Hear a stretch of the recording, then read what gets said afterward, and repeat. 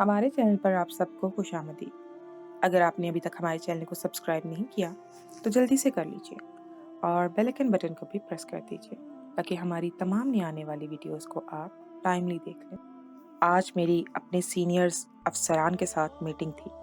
ये मेरी पहली मीटिंग थी और मैं जो हमेशा ये समझता था कि मैं पुलिस डिपार्टमेंट में आकर अपने नाम का डंका बजा दूंगा, हर तरफ मेरे नाम की शोहरत होगी, अब जैसे पहले ही मौके पर मैं सर झुकाकर रह गया था। अच्छा खासा बेइज्जत होने के बाद मैं जब थाने में आया तो मेरा मूड खासा बिगड़ा हुआ था। न जाने ये केस क्यों मुझसे हल नहीं हो रहा था। मैं दोबारा से जाए वकुआ पड़ गया। हर एक चीज को गौर से देखा मगर कुछ हाथ नहीं आ रहा था और अपनी शिकस्त तस्लीम करना भी मेरे लिए मुमकिन नहीं था। और कुछ दिन के बाद अब जो अस्पताल में हादसा हुआ था उसने मुझे झंझोड़ के रख दिया था।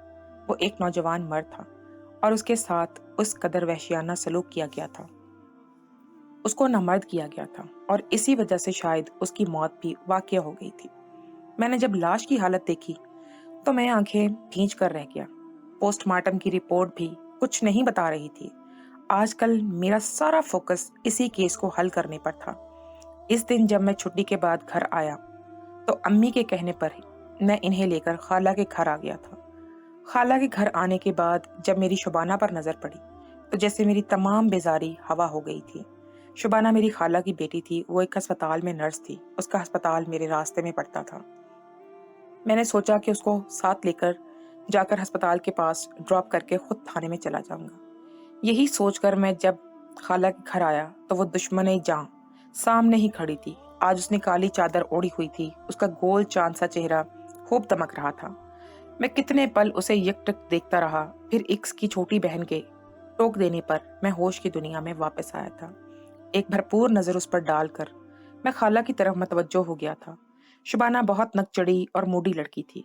अगर उसका मूड अच्छा होता तो बहुत खुश इखलाकी से मुझसे बात करती और अगर मूड ना होता तो वो यूं नजरअंदाज कर देती जैसे कि मैं इस दुनिया में मौजूद ही नहीं हूँ। इसके बावजूद वो मुझे बहुत प्यारी थी। वो मुझे हर हाल में, हर रंग में, हर अंदाज में अच्छी लगती थी और इस वक्त भी वो कदरे ऑफ मूड के साथ रूठे रूठे अंदाज में सीधा दिल में उतरती जा रही थी। मैंने उसे इशारे से कहा कि आज बस से नहीं जाना, मैं तुम्हारे रास्ते में ड्रॉप कर दूंगा तुम्हें। खाला और कजन से हाल अहवाल पूछने के बाद मैं जल्दी से उठ खड़ा हुआ था। जब मैं बाहर आया तो ये देखकर मुझ पर अफसुर्दगी तारी हो गई क्योंकि शबाना घर से जा चुकी थी। मैं अभी फौरन वहां से निकल आया। जब मैं थोड़ा सा आगे गया तो शबाना मुझे बस स्टॉप पर खड़ी नजर आई। आज उसकी बस अभी तक नहीं आई थी। मैंने गाड़ी उसके पास जाकर खड़ी कर दी। उसने मुझे देखकर एक पल को नाक मुंह चढ़ाया और फिर गाड़ी का दरवाजा खोलकर बैठ गई। वो जानती थी कि वो जब तक गाड़ी में नहीं बैठेगी मैं यहाँ से नहीं हिलूंगा और वो अपना तमाशा नहीं बनवा सकती थी। मैंने दोबारा उसे उस पर एक भरपूर नजर डाली और कहा कि क्या बात है, आज मिजाज बरहम क्यों है। उसने मेरी बात का कोई जवाब नहीं दिया। इसके बाद मैं उससे छोटी मोटी बातें करता रहा, इधर उधर की गप्पे हाँक के मैं उसका ध्यान बटाने की कोशिश करता रहा, मगर वो बिना कुछ कहे मुस्तकिल खड़ी खिड़की से बाहर देखे जा रही थी। उसने मेरी बात का कोई जवाब नहीं दिया था, ना ही किसी बात पर रद्द अमल का इजहार किया था। वो ऐसी ही थी। कभी कभी वो इस हद तक पत्थर की मूरत बन जाती थी कि मुझे उसके जीते जागते होने पर गुमान होने लगता था। मैं जान गया था कि मैं कुछ भी कर लूं इसकी चुप नहीं टूटेगी और फिर इसे अस्पताल में ड्रॉप करने के बाद थाने में आ गया था। मेरा बचपन से ही पुलिस फोर्स ज्वाइन करने का शौक था। जब मेरे हाथ में ज्वाइनिंग लेटर आया तब मेरी खुशी का कोई ठिकाना नहीं था। तब मैं सबसे पहले खाला के घर में ये खुशी की खबर सुनाने आया था। सबसे पहले मेरा सामना शुबाना के साथ ही हुआ था। ये खुशी की खबर सुनकर उसने भी खुलाफे मामूल मुझे मुबारकबाद दी थी और फिर मेरे लिए चाय बनाकर ले आई। उसकी इतनी सी नजरें इल्तफात मुझे हवाओं में उड़ाने के लिए काफी थी। पुलिस के महकमे में इंस्पेक्टर बख्ती हुआ था। मुझे अभी अपना चार्ज संभाले हुए कुछ ही दिन हुए थे जब अजीबो गरीब कत्ल का केस हमारे थाने में आया। ये इस अस्पताल का केस था जहाँ पे शुबाना नौकरी कर रही थी। ये किसी दरमियानी उम्र के मर्द का केस था जिसको किसी ने इंतहाई बेरहमी से मार दिया था और उस पर जिनसी तशद्दुद भी किया गया था। ये देखकर हम लोग हक तक रह गए थे कि आज तक औरतों के साथ तो ये वाकयात होते देखे थे, मगर पहली बार किसी मर्द के साथ ऐसा वहशियाना सलूक देखकर मेरी तो आंखें फटी की फटी रह गई थी और मैं ये सोचने पर मजबूर हो गया कि ये काम कौन कर सकता है। ये तो किसी जुनूनी शख्स का ही काम कर रहा था। फिर हमने तमाम सीसीटीवी कैमरा चेक कर लिए, अस्पताल वालों से भी तफ्तीश की, तमाम ज़रूरी कार्रवाई की, मगर इसके बावजूद भी हमें कोई सुराग नहीं मिला। हम कातिल तक नहीं पहुंच पाए और अब कभी 2 हफ्ते बाद, कभी महीने बाद ऐसा ही केस हमारे सामने आने लगा। पोस्टमार्टम की रिपोर्ट के मुताबिक इन लोगों को मौत जिनसी तशद्दुद की वजह से हुई थी। न जाने कौन था जो इन मर्दों को नामर्द बनाकर कत्ल कर देता था। सबके कत्ल का तरीका तकरीबन एक ही जैसा था। अब तो मैं हकीकी मायनों में सर थाम कर रह गया। मेरे ऊपर अफसरान का बहुत ज्यादा दबाव था। वो मुझसे पूछ रहे थे कि तुम अभी तक ये केस हल क्यों नहीं कर पाए, और मैं अपनी तमाम तर्जहानत के बावजूद भी कातिल तक नहीं पहुंच पा रहा था। न जाने वो कौन था जो इतनी सफाई से अपना काम तमाम कर देता था और किसी को कानो कान खबर भी नहीं होती थी। इस दिन जब मैं खाला के घर में गया तो यही बात मैंने शुबाना से कही कि क्या इसे अस्पताल में ऐसा कोई डॉक्टर या नर्स या फिर कोई भी स्टाफ मेंबर मशकूक सा लगता है जो ये काम कर सकता हो। यूं भी आजकल मेरे हवासों पर यही तारी रहता था। एक पल को शुबाना का रंग बदला, वो मुझसे नजरें चुराने लगी और उठकर वहां से चली गई। शुबाना का ये अंदाज देखकर मेरे अंदर का तफ्तीशी अफसर जैसे जाग उठा था। मुझे ये समझने में देर नहीं लगी कि शुबाना कुछ छुपा रही है। यकीनन कोई ऐसी बात थी जो वो कातिल के बारे में जानती थी, और अगर ऐसा था तो ये केस फिर मिनटों में मैं हल कर सकता था। एक तो मुझ पर अफसरान का दबाव था, मुझे तरह तरह की बातें सुनने को मिल रही थी, मुझे सब नाअहल करार दे रहे थे। मैं इन सब बातों से बरी हो सकता था, मैं खुद पर लगा नाअहली का धब्बा मिटा सकता था। यही सोचकर मैं शबाना के पीछे किचन में आ गया और उसे कहने लगा कि मुझे ऐसे क्यों लगता है जैसे तुम कोई बात जानती हो और तुम मुझसे छुपा रही हो। एक पल को उसके हाथ कांपे और फिर वो मेरी तरफ पलट कर देखने लगी। वो इंतहाई मजबूती से बोली कि आपको गलत फहमी हुई है, ऐसी कोई बात नहीं है जो मैं आपसे छुपाऊंगी। उसका अंदाज बता रहा था कि वो मुझे इस बारे में कुछ नहीं बताएगी, और मैं तो उसकी हठधर्मी से अच्छी तरह से वाकिफ था। मगर यह मामला ऐसा था कि मैं इसको इतनी आसानी से नजरअंदाज नहीं कर सकता था। जिंदगी में पहली बार मुझे शुबाना पर गुस्सा आया था। अब मैं गाहे बगाहे शुबाना से इसी बारे में पूछने लगा कि तुम मुझे बताओ, अगर तुम्हें किसी पर शक है या तुम्हें कोई भी इंसान मशकूक मालूम होता है, और वो हमेशा ये बात कहकर टाल देती कि मैं नहीं जानती, तुम क्यों मेरे पीछे पड़ गए हो? आखिर इस सब से मेरा तुम्हारा क्या लेना देना? एक बार वो झुंझला कर रह गई और फिर अम्मी से मेरी शिकायत की। जब अम्मी से मुझे डांट पड़ी तो मैंने दोबारा उससे ऐसी कोई बात नहीं की। मैं अपने तौर पर यह केस हल करने की कोशिश करने लगा था, मगर मेरे हाथ कोई भी सुराग नहीं लग रहा था।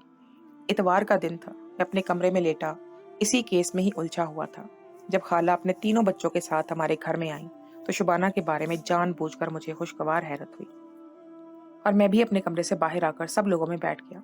आज शुबाना का मूड खिलाफ मामूल अच्छा था, वो बहुत चहक रही थी। अब जब मैंने उसे गौर से देखा तो मुझे अंदाजा हुआ कि वो हंसते हुए तो बहुत ही ज्यादा खूबसूरत लगती थी, और मैं उसकी हंसी में जैसे खोकर रह गया था। फिर अपनी बहन के मतवज्जो करने पर मैं होश की दुनिया में वापस आया। वो मुझे शरारती निगाहों से देख रही थी और मैं उसके सर पर हल्की सी चपत लगाकर रह गया। तभी मेरी छोटी बहनों ने शोर मचा दिया कि मैं इन सब लोगों को आइसक्रीम खिलाने के लिए लेकर जाऊं, और मुझे इस बात पे भला क्या एतराज हो सकता था। मैं फिर सभी को लेकर आइसक्रीम पार्लर में आ गया। वहीं पर उन्होंने एक चूड़ियां बेचने वाली औरत देखी और सब लोगों ने जिद शुरू कर दी कि उन्होंने इससे चूड़ियां लेनी है। जब सभी चूड़ियां पहन रही थी तो वहां पर एक रेड कलर की चूड़ियां मुझे बहुत पसंद आई। मैंने शुबाना को कहा कि तुम ये वाली चूड़ियां पहनो, मुझे अच्छा लगेगा। शुबाना भी न जाने किस जोन में थी, उसने भी फौरन मेरी बात पर अमल किया और झट से आगे हाथ कर दिया। वो सुर्ख चूड़ियां उसके गोरे गोरे हाथों में बहुत अच्छी लग रही थी। शुबाना ने जिंदगी में पहली बार मेरी बात मानी थी और मैं खुद को गोया हवाओं में उड़ता हुआ महसूस कर रहा था। अब मैंने सोच लिया था कि मैं अपनी अम्मी से जल्द ही शादी के बारे में बात करूंगा, क्योंकि अब शुबाना से दूर रहना मेरे लिए मुमकिन नहीं था। मगर इस सबसे पहले मैं कातिल तक पहुंचना चाहता था, इस केस को हल करके पुरसुकून होकर नई जिंदगी को शुरू करना चाहता था। इन्हीं दिनों एक और अजीब वारदात हुई। ये एक नौजवान लड़का था, वो दमे का मरीज था और 2 दिन पहले ही इस अस्पताल में एडमिट हुआ था। जैसे ही मुझे उसके साथ गुजरे हादसे के बारे में खबर मिली तो मैं फौरन से अपने अमले को लेकर वहां पहुंच गया। जब इससे तफ्तीश शुरू की तो कुछ भी मालूम नहीं हुआ, क्योंकि उसके मुजरिम ने चेहरे पर नकाब ओढ़ा हुआ था और वो सर से लेकर पांव तक काले बुरके में मलबूस था। मगर इसे इस बात का अंदाजा हो गया था कि वो मर्द नहीं बल्कि औरत थी। एक क्लू तो मुझे मिल गया था कि मुजरिम मर्द नहीं बल्कि औरत है। और फिर मैं उसका बेड का मुआयना करने लगा जहां पर उसके साथ वो हादसा हुआ था। बेड पर एक चीज देखकर मैं बुरी तरह से चौंक गया। मैंने अपने साथियों को देखा, मेरी तरफ कोई भी मतवज्जो नहीं था। मैंने जल्दी से वो चीज उठाकर अपनी जेब में डाल ली और फिर जरूरी कार्रवाई करने के बाद अपने थाने में वापस आ गया। मेरा ज़हन बुरी तरह से उलझ कर रह गया था। मैंने अपने सर को दोनों हाथों में थामा हुआ था। ये सब क्या था? मुझे कुछ समझ नहीं आ रहा था। ऊपर से अफ़सरान के बार-बार कॉल्स, इन सब चीज़ों ने मुझे नफ़सियाती तौर पर बहुत बुरी तरह से थका दिया था। अब वक़्त आ गया था कि मुझे उससे दो टोक अंदाज़ में बात करनी चाहिए थी। मुझे अंदाज़ा हो गया था कि वो इस मामले में कुछ ना कुछ ज़रूर जानती है, मगर ये चीज़ तो सरासर उसके खिलाफ जा रही थी। या हो सकता है ये मेरा वहम हो। बहरहाल जो भी था, इसका फैसला तो अब करना ही था। अब हम लोगों ने अस्पताल सील कर दिया था और जब तक मुजरिम पकड़ा ना जाता, इस अस्पताल ने बंद ही रहना था। सारा रास्ता उलझते कलझते में जब मैं खाला के घर पहुंचा, तो सामने ही शबाना झूले पर बैठी झूला झूल रही थी। उसके चेहरे पर बालों की लटें बिखरी हुई थी और वो आंखें मूंदे झूले लेती हुई बहुत ही मासूम लग रही थी। मैं एक एक कदम उठाता हुआ उसके पास आकर खड़ा हो गया।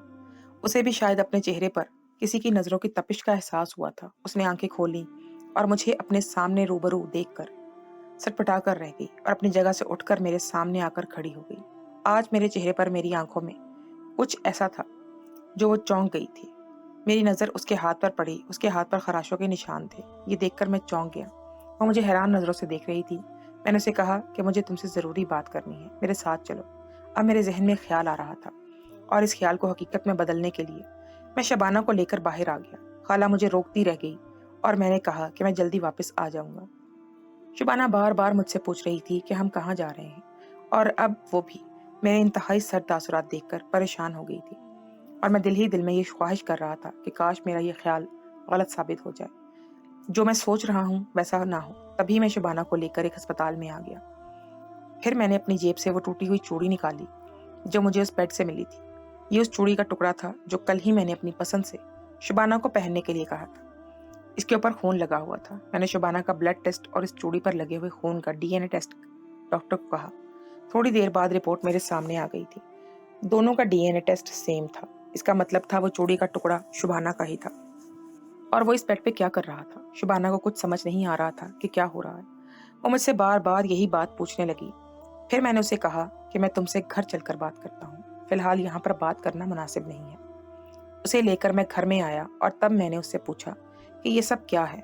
जब मैंने उस टूटी हुई चूड़ी का टुकड़ा उसके सामने किया तो ये देखकर उसका रंग बदला। उसे जैसे कुछ याद आ गया और फिर मैंने उसका हाथ पकड़कर उसकी आंखों के सामने लहराया और कहा कि तुम्हारे हाथ पे ये चोट कैसे लगी?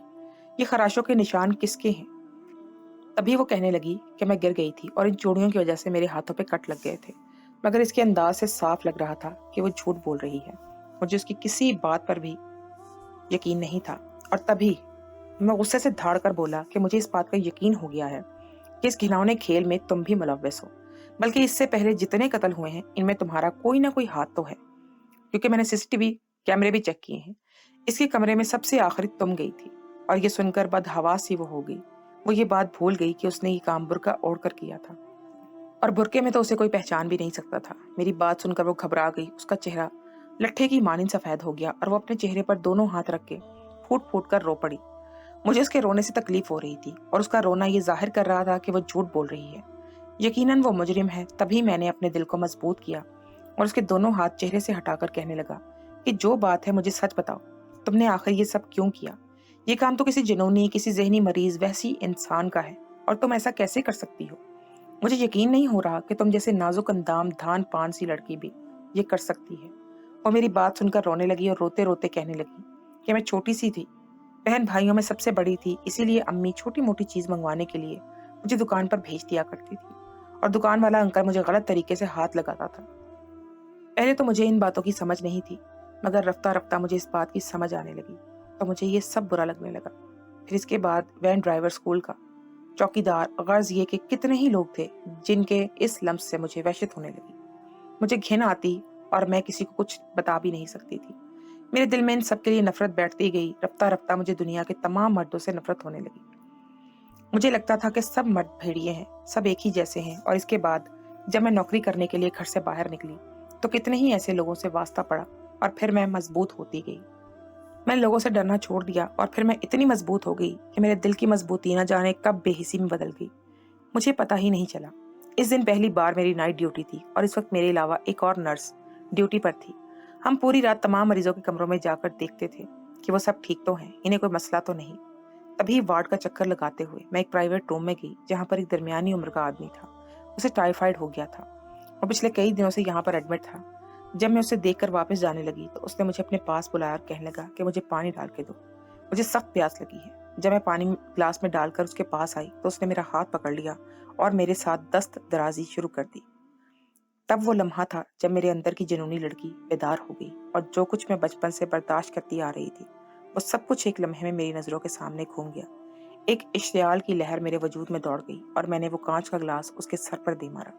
उसका सर जख्मी हो गया, वो अपना सर पकड़ कर रह गया। तभी मैं उस पर बस नहीं किया, पड़ा हुआ पास गुलदान उसके सर पर मारना शुरू कर दिया। तब तक उस पर वार करती रही जब तक उसका जिस्म साकत नहीं हो गया और फिर मैं वहां से बाहर निकल आई। इसके बाद जब भी किसी मर्द ने मुझे छूने की कोशिश की तो मैंने उसको ये सजा देकर उसे नामर्द करके मौत की घाट उतार दिया ताकि कोई और ये काम न कर सके। मैं कितनी देर हद तक सांस रोके उसे सुनता रहा। मैं कभी गुमान भी नहीं कर सकता था कि शुबाना ऐसा भी कर सकती है। और तभी दरवाजे पर धड़ाम की आवाज सुनाई दी। जब मैंने पीछे पलट कर देखा तो खाला बेहोश होकर जमीन पर गिर चुकी थी। यकीनन उन्होंने भी शुबाना का सच सुन लिया था और वो भी इसको सहार नहीं सकी थी। जब खाला होश में आई तो उन्होंने मेरे आगे हाथ जोड़ दिए और कहने लगी कि मेरी बेटी को बचा लो, मैं इसे मौत की सजा होते हुए नहीं देख सकती।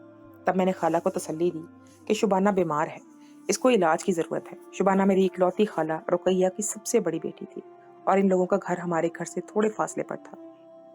खालू का इंतकाल कुछ साल पहले हो गया था। तब शुबाना पढ़ रही थी। वो बचपन से ही बहुत खुददार तबीयत की मालिक थी, अपने आप में गुम रहती थी, हर वक्त गुमसुम चुपचाप सी, न जाने क्या सोचती रहती। कभी कभी वो बहुत ही ज्यादा सहमी सहमी सी रहती थी।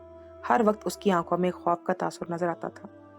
मैं शुबाना को जब भी सारे जहान से बेजार और अकेला बैठा देखता तो मेरा दिल उसकी जानिब खिंचने लगता था और रफ्ता रफ्ता मेरी शुबाना के साथ पसंदीदगी सबसे वाकिफ हो गए थे। और फिर जब खालू की वफात हो गई तो उसके बाद शुबाना ने पढ़ाई के साथ साथ नौकरी करके घर को संभाला था, क्योंकि छोटे बहन भाई पढ़ रहे थे। यूं तो मैं और मेरे अब्बू भी खाला की बहुत मदद करते थे, मगर शुबाना का कहना था कि उन लोगों को खैरात के पैसे नहीं चाहिए, वो मेहनत के बलबूते पर अपने घर वालों का पेट पाल सकती है। और फिर उसकी खुददारी और आना का पास रखते हुए मैं और अब्बू चुपके से खाला के हाथ में पैसे रख देते थे। तो शुबाना को इस बात का एहसास भी नहीं होता था और उसकी आधी जिम्मेदारी भी कम हो जाती थी। हमने उसे कभी भी इस बात को जताया नहीं था। शुबाना ने स्कूल में टीचिंग के साथ पढ़ाई मुकम्मल की थी और अब वो एक अस्पताल में नर्स की जॉब करने लगी। मुझे इस अस्पताल में नर्स की नौकरी करना अच्छा नहीं लगा था। एक दो बार मैंने उसे टोका भी, मगर वो इंतहाई सर्द महरी से बोली कि मेरे जाती मामलात में आपको दखल अंदाजी करने की कोई ज़रूरत नहीं है। मुझे क्या करना चाहिए या क्या नहीं, इसका फैसला करने वाले आप कौन होते हैं। और तब मैं बेइंतहा गुस्सा आने के बावजूद खामोश हो गया। इस तरह से वो ठीक ही कह रही थी। मैं तो उसका कज़न था, हमारे रिश्ते की बात भी तो बड़ों के दरमियान जुबानी कलामी हुई थी। अब तक बाकायदा मंगनी की रस्म अदा नहीं की गई। न जाने शुबाना मुझे कबूल भी करती या नहीं। शुबाना के साथ बेतहाशा मोहब्बत करने के बावजूद मैं उसके सामने हार गया और अपनी नापसंदीदगी के बावजूद भी उसे मैं नौकरी करने से रोक नहीं पाया था। और फिर मैं अपनी पढ़ाई में मसरूफ़ हो गया। लेकिन मैं कभी भी शुबाना से गाफिल नहीं रहा, मगर मैं चाहता था कि वो अपनी ज़िंदगी अपनी मर्जी से गुजारे। हो सकता था मेरी दखल अंदाजी उसे पसंद नहीं आती, इसी वजह से मैं इस पर ज़्यादा रोक टोक नहीं करता था। लेकिन मुझे नहीं मालूम था कि इन सब का ये नतीजा निकलेगा। शुबाना जो अपने आप में गुम रहती थी, दरहकीकत वो एक बीमारी के ज़ेरे असर थी। जो तकलीफ़ें, जो परेशानियाँ, जो ज़्यादतियाँ बचपन में उसके साथ हुई थी, इन सब का उसके दिमाग पर बहुत गहरा असर पड़ा था। ये सब इसी का रद्द अमल था। शुबाना से मोहब्बत अपनी जगह, लेकिन अपने पेशे से वफादारी मेरी अव्वलीन तरजीह थी। उसने जो कुछ भी किया है अपनी बीमारी की वजह से किया है। ये सब कुछ उसे जानबूझकर नहीं किया और यकीनन अदालत भी इस वजह से इसकी सज़ा में तरमीम करेगी, इसका इलाज भी करवाएगी। और फिर मेरी कोशिशों से शुबाना को एक अस्पताल में दाखिल करवा दिया गया और उसका इलाज जारी था। उसको 5 साल के लिए सज़ा हुई थी और यूँ मैंने अपना ये केस जीत लिया था, मगर दिल का सुकून हार गया था। और अब मैं उंगलियों पे दिन गिन रहा गुजार कर कब शबाना का इलाज मुकम्मल होता और इसकी सज़ा पूरी करके वो जेल से रिहा होती और मैं उसे अपना लेता, क्योंकि मैं उससे इस कदर मोहब्बत करता था कि मैं उसके लिए सारी ज़िंदगी भी इंतज़ार कर सकता था।